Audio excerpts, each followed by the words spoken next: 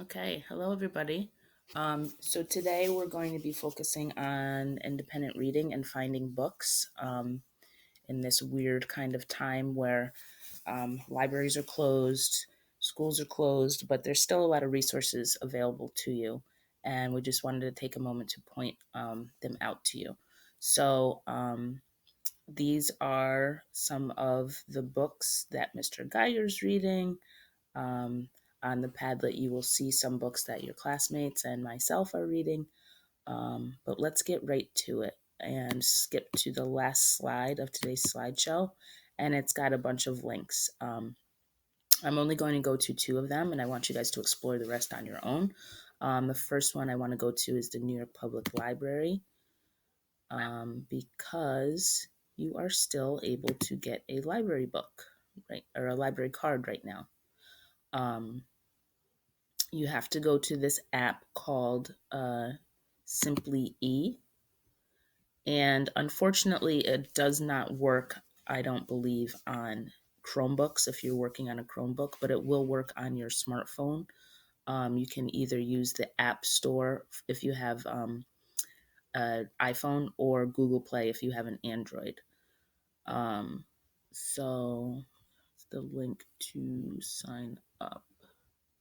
Get started with Simply E.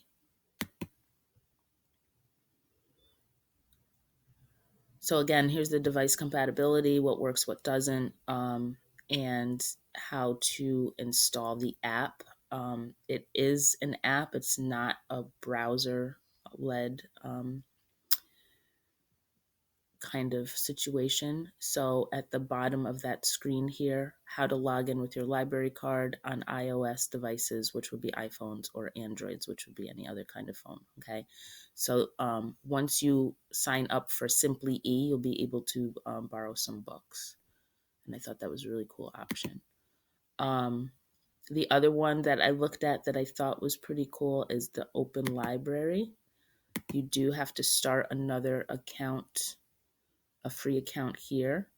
Um, but you can browse by subject. Um, they've got it separated into like really cool different subsections: kids, thrillers, textbooks. It seems pretty easy to navigate. So, for example, I want to read a fantasy book. So I'm going to go here. And you can either borrow books or you can read them in their e-reader, which I believe is why you have to sign up for an account. So, for example, here's some Percy Jackson um, books. I know that everyone was kind of arguing over those at school. So, a lot of options that you guys have.